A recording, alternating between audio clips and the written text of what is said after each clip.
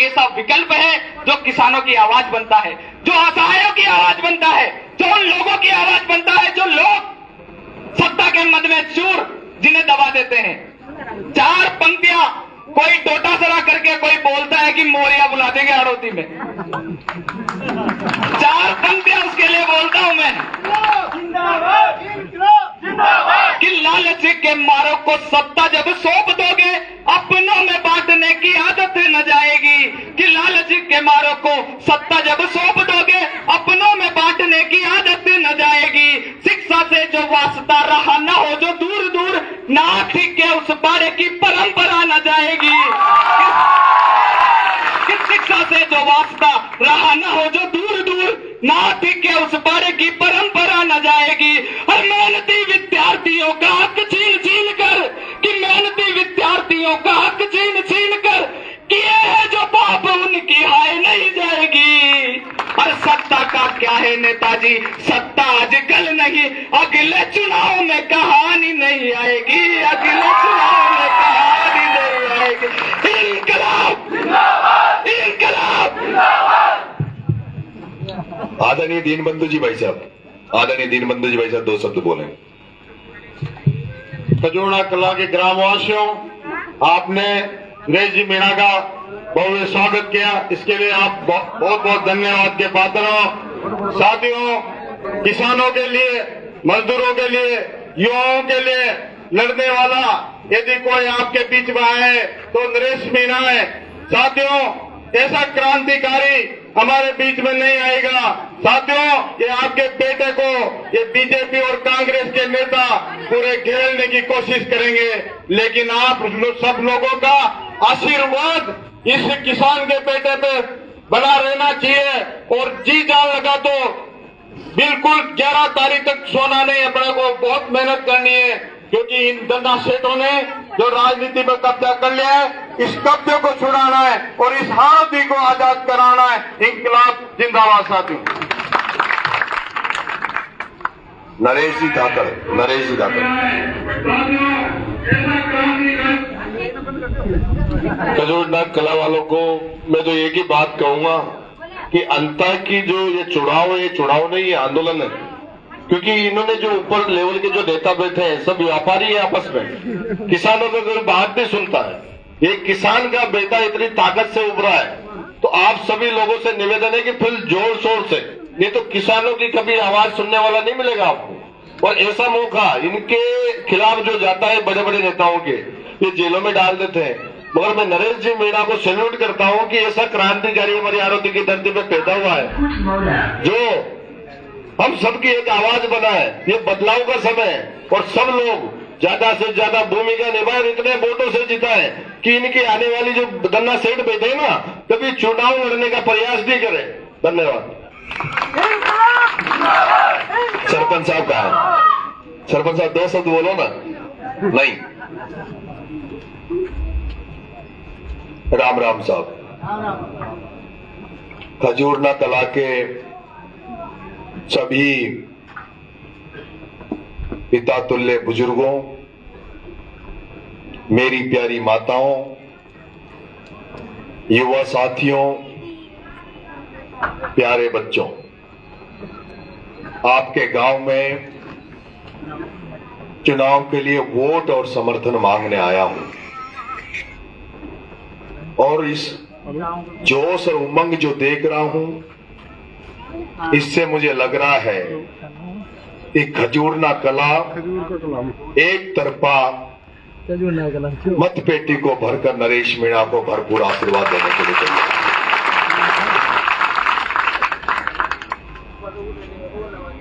मैं इससे पहले कभी इस गांव में नहीं आया और अभी अभी अरविंद से जान पहचान हुई चुनाव के दौरान ही। अब धीरे धीरे परिचय बढ़ रहा है, कारवां बढ़ रहा है।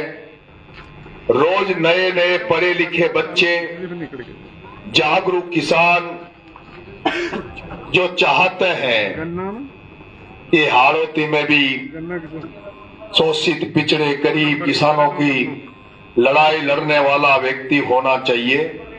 वो तमाम लोग आज हमारे साथ खड़े हो गए, ऐसे खड़े हो गए जैसे अन्ना हजारे के आंदोलन के बाद दिल्ली में राजनीति बदली, देश में राजनीति बदली, और अन्ना हजारे के आंदोलन के बाद दिल्ली के लोगों ने कांग्रेस और बीजेपी को हटाकर और अरविंद केजरीवाल जी को मुख्यमंत्री बनाया था। उसी तरह आज ये हाड़ौती की जनता जाग रही है। हाड़ौती की जनता, जनता की जनता ये कह रही है, जिस भी गांव में जाता हूं कोई माता बहन से मिलता हूं तो माता बहन कहती है पैबानो तो आया छे, फिर वोटन के बाद भी आओगा कह। तो इस जनता की जनता जिसने वर्षों से वोट दे रहे, 78 साल की देश की आजादी के बाद लगातार वोट देते हुए किसी को चुन रहे हैं। लेकिन एक समय तक भी ठीक था जब रघुवीर सिंह जी कौशल साहब चुनाव लड़ते थे, शिवनारायण जी नागर साहब चुनाव लड़ते थे। उन्होंने कभी राजनीति को पैसा कमाने का धंधा नहीं बनाया, व्यवसायीकरण का धंधा नहीं बनाया था। उन लोगों के पास कोई जाता था, रघुवीर सिंह कौशल जी यहां, शिवनारायण जी नागर साहब यहां, बगल में भरत सिंह जी कुंदनपुर, बगल में भरत सिंह जी कुंदनपुर, आपके पड़ोस विधानसभा में भरत सिंह जी कुंदनपुर। इन लोगों के पास जब कोई काम से जाता था तो सम्मान देते थे, आदर करते थे। आपसे जाते तो पूछते थे, आपकी समस्या नहीं पूछते थे बल्कि आपसे पूछते थे तुम्हारी खेती बाड़ी कैसी है, परिवार में बाल बच्चे तो ठीक है, कोई घर में दुख दर्द तो नहीं है, और उसके बाद पूछते थे बताओ तुम्हारी समस्या क्या है। लेकिन अब क्या हो रहा है, जिनका मैंने नाम लिया, रघुवीर सिंह जी कौशल, शिवनारायण जी नागर, भरत सिंह जी कुंदनपुर, इन लोगों ने अगर कोई व्यापार कर रहा है तो उस व्यापार में दखलंदाजी नहीं की। अगर कोई प्रॉपर्टी का काम कर रहा है, प्रॉपर्टी का व्यवसाय कर रहा है, कोई प्लॉट काट के रोजी रोटी कमा रहा तो उसके काम में इन्होंने दखलंदाजी नहीं दी। इन्होंने कोई कर्मचारी अधिकारियों को कभी कोई दखलंदाजी इसलिए नहीं की क्योंकि इन्होंने कभी किसी थानेदार, तहसीलदार, डिप्टी से कभी 1 रुपए की बंदी ये लोग नहीं लेते थे, ना रघुवीर सिंह जी, ना शिवनारायण जी, ना भरत सिंह जी। और यही कारण है कि रघुवीर सिंह जी कौशल ऊर्जा मंत्री रहे, बड़े बड़े मंत्रिमंडल के पदों पर रहे, भारतीय जनता पार्टी के टिकट बांटने वाले पद, प्रदेश अध्यक्ष के पद में रघुवीर सिंह जी रहे। शिवनारायण जी नागर साहब बड़े बड़े ओहदों पे रहे, बड़े बड़े पदों पे रहे। भरत सिंह जी कुंदनपुर साहब सरपंच से प्रधान बने, प्रमुख बने, उसके बाद विधायक बने, उसके बाद पीडब्ल्यूडी मंत्री, पंचायती राज के मंत्री रहे। वो चाहते तो वो भी बहुत करोड़ों रुपए कमा लेते, 1000 करोड़ रुपए के वो भी मालिक हो जाते। लेकिन शिवनारायण जी नागर के घर गया, नीचे भैंसें बंध रही थी, ऊपर सोयाबीन सूख रही थी। शिवनारायण जी नागर ने तो उनकी तो राजनीति के चक्कर में जमीन बिक गई थी। भरत सिंह जी कुंदनपुर साहब की हालत आपके सामने, उनका बेटा, एक जो आदमी पीडब्ल्यूडी मिनिस्टर रह जाए, जो आदमी पंचायत राज का मंत्री रह जाए। मुझे अभी जेल में, मैं अनशन पे था तब मुझे पता लगा उनका बेटा तो 7 लाख रुपए साल की तनख्वाह पे नौकरी करता है। 7 लाख रुपए साल की, जो मास्टर से भी कम तनख्वाह होती है। ऐसे ईमानदार लोग थे। अगर जो ईमानदार जो लोग अगर इस यहाँ आ जाए, मोहल्ले में आ जाए, कहीं दिख जाए तो जनता का उनके आगे सिर नतमस्तक हो जाते थे, सिर झुकाकर जनता उनको सम्मान देती थी। लेकिन अब राजनीति का क्या हो गया, अब राजनीति किस तरफ पर जा रही है। जिनको आप वोट देकर राजा बनाते हो, जिनको आप वोट देकर राजा बनाते हो, मालिक बनाते हो, कि अगर हमें थाने में कोई काम पड़ जाएगा, तहसील में कोई काम पड़ जाएगा, गांव में कोई काम पड़ जाएगा, खेत खलिहान में कोई काम पड़ जाएगा, तो हम नेताओं के पास जाएंगे तो वो नेता हमारी मदद करेंगे। लेकिन आपने 5 बार से प्रमोद भाया को वोट दे रहे हो, आप कई वर्षों से वोट दे रहे हो। क्या कभी ऐसा हुआ है कि जब आपकी समस्याओं का निवारण किया गया हो, आपको सुना गया हो, अरे आज तो राजनीति ये हो गई, अगर नेता एमएलए बनने के बाद अगर तुम्हें नेता से काम पड़ जाए तो गांव में ठेकेदार ढूंढना पड़ता है, दलाल ढूंढना पड़ता है कि फलाना दलाल लेकर जाएगा, फलाना व्यक्ति उसके पास लेकर जाएगा। फोन डायरेक्ट कर नहीं सकते, गांव में वो आते नहीं है। बड़ा आदमी के घर में मौत हो जाओ तो बेट बा जाओ, चाहे गरीब के हो जाओ तो उनको कोई फर्क नहीं पड़ता। लेकिन मैं राजनीति को बदलने निकला हूं।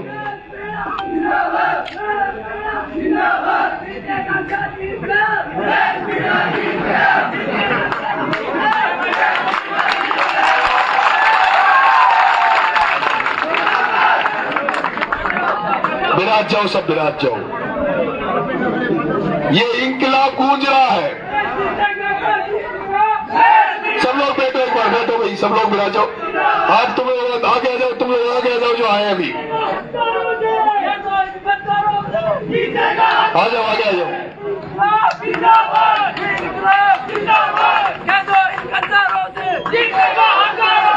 बैठ जाओ, बैठ जाओ, विराजो, विराजो भाई, विराजो।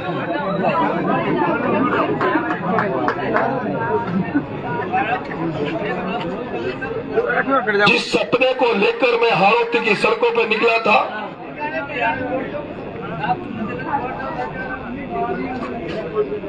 जिस सपने को लेकर मैं हाड़ौती की सड़कों पर निकला था, जो ख्वाब मैंने हाड़ौती की जनता से सजोया था, आज मैं उसको पूरा होता हुआ देख रहा हूं।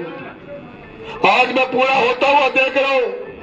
जहां चुनाव आता था, जहां कांग्रेस का नारा लगता था, बीजेपी का नारा लगता था, कांग्रेस बीजेपी के नेताओं का नारा लगता था, आज उस अंता की धरती पे इंकलाब का नारा लग रहा है, भगत सिंह का नारा लग रहा है, आज इंकलाब का नारा लग रहा है। जहां कांग्रेस बीजेपी के नारे लग रहे थे, वहां इस चुनाव में जय जवान जय किसान का नारा लग रहा है। पहली बार किसानों की बात इस चुनाव में होने लगी है। पहली बार लग रहा है कि वाकई में कोई चुनाव हो रहा है जिसमें किसान गरीब की बात हो रही है। मैं आज गांव गांव में जा रहा हूं।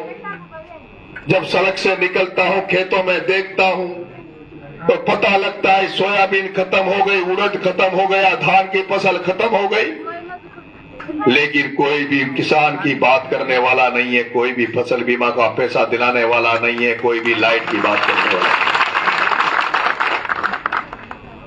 मेरे किसान भाइयों, खजूर कला के निवासियों, अगर तुम्हारा बेटा नरेश मीणा को अगर तुमने विधायक बना दिया, एमएलए बना दिया, तो 14 तारीख को रिजल्ट आएगा। आचार संहिता खत्म होगी। जिस दिन आचार संहिता खत्म हो जाएगी, आज तो नरेश मीणा नंगे पैर गाड़ी में बैठ के आया है, लेकिन आचार संहिता के खत्म होने के बाद अगर इस बेटे को विधायक बना दोगे तो नंगे पैर पैदल पैदल चलकर आप सबके गांव में जाऊंगा, आपके गांव में जाऊंगा, गांव के बीच में खाट बिछाऊंगा और पूरे गांव वालों से समस्या लिखवाऊंगा कि तुम्हारे गांव की क्या क्या समस्या है। जब पूरे अंता के गांव में जा जाकर पूरी समस्याओं को लिख लूंगा, उसके बाद 12 जिले के किसानों को फसल बीमा को लेकर प्रवर वर्ग परियोजना का नहर का पानी सुंदलक थामली तक पहुंचाने के लिए चौकी बोरदा बामला से लेकर जहां भी वहां भी तक नहर का पानी नहीं पहुंचा, वहां तक नहर का पानी पहुंचाने के लिए उन तमाम मुद्दे, चौक आधारी का पावर प्लांट, मोतीपुरा छबड़ा का चौकी का पावर प्लांट, जिनमें बाहर के लोग आकर नौकरियां कर रहे हैं, गडेपान की फैक्ट्री में बाहर के लोग आकर नौकरियां कर रहे हैं और हमारा युवा बेरोजगार घूम रहा है। हमारा युवा बेरोजगार घूम रहा है, उनमें बाहर के आके नौकरियां कर रहे हैं।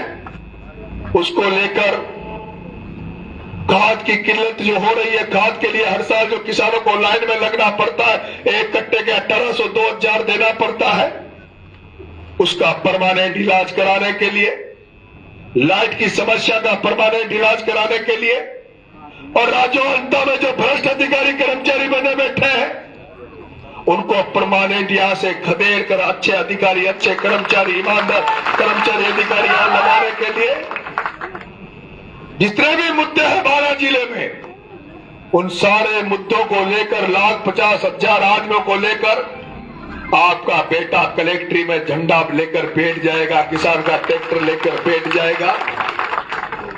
और जब तक बैठा रहेगा, जैसे मैं जयपुर में उन 7 बच्चों के लिए आमरण अनशन में बैठ गया था, भूखा बैठ गया था, 15 दिन तक भूखा पड़ा रहा, हॉस्पिटल में पड़ा रहा और कह दिया जब तक उन बच्चों के परिजनों को न्याय नहीं मिलेगा मैं अनशन नहीं तोड़ूंगा, आमरण अनशन नहीं तोड़ूंगा। और वो भी आपने देखा है कि 12-12 लाख सरकार से दिलवा दिए, उनको सरकारी नौकरी दिलवा दी और जनता के सहयोग से उनको 1 करोड़ रुपए दिलवा दिए। जैसे पिपलोदी के 7 बच्चों के लिए, पिपलोदी के 7 बच्चों को न्याय दिलाने के लिए जैसे नरेश मीणा ने आंदोलन करके उनको न्याय दिलाया, उसी तरह से 12 जिले के एक किसान को पैसा, फसल बीमा का पैसा दिलाने के लिए, एक व्यक्ति की मदद करने के लिए, एक व्यक्ति की समस्या को दूर करने के लिए नरेश मीणा कलेक्ट्री पे धरना देगा। धरना 1 दिन का नहीं होगा, केवल ज्ञापन देने का धरना नहीं होगा। धरना तब तक चलेगा जब तक कलेक्टर एक समस्या को, अंतर विधानसभा 12 जिले की समस्या को दूर करे। क्या आपको मेरी बातों में सच्चाई नजर आती है? जिनको मेरी बातों में सच्चाई नजर आती है वो हाथ खड़ा करें। सबको लगता है मैं सच बोल रहा हूं? ये इसलिए लगता है, इसलिए नहीं लगता कि मैं बोल रहा हूं इसलिए सच लगता है। ये इसलिए लगता है कि 25 साल की राजनीति में 1 रुपए का दाग नरेश मीणा पर नहीं लगा। 25 साल की राजनीति में 1 रुपए का दाग नरेश मीणा पे नहीं लगा। हजारों लड़कों की सेना साथ में होने के बावजूद भी नरेश चाहता तो जयपुर में 100, 200, 500 बीघा जमीन पर कब्जा करके हेलीकॉप्टर का मालिक हो जाता, 1000 करोड़ का मालिक हो जाता। लेकिन आज दिन तक 1 रुपए का दाग नहीं लगने दिया। ईमानदारी से राजनीति कर रहा हूं। और पिछला जो 14 बार जेल गया, जो जनहित के मुद्दों पर लड़ते हुए 14 बार जेल गया, 32 बार मुकदमे खाए, इसलिए आपको लगता है कि जो आदमी जनता के लिए मुकदमे खा सकता है, जेल जा सकता है, पिपलोदी के बच्चों को न्याय दिलाने के लिए जो भूखा रह सकता है, तो अंता की जनता का भी विश्वास करके काम जरूर करेगा। तुम्हारी मदद करेगा, सारे करोगे, मुझे जिताकर भेजोगे। जो लोग इस चुनाव में मेरी मदद करेंगे वो दोनों हाथ खड़े करें। जो लोग मदद करेंगे, सेठ जी मदद करोगे? पक्का आशीर्वाद? बहुत बहुत धन्यवाद। राम राम साहब। जय हिंद, जय भारत।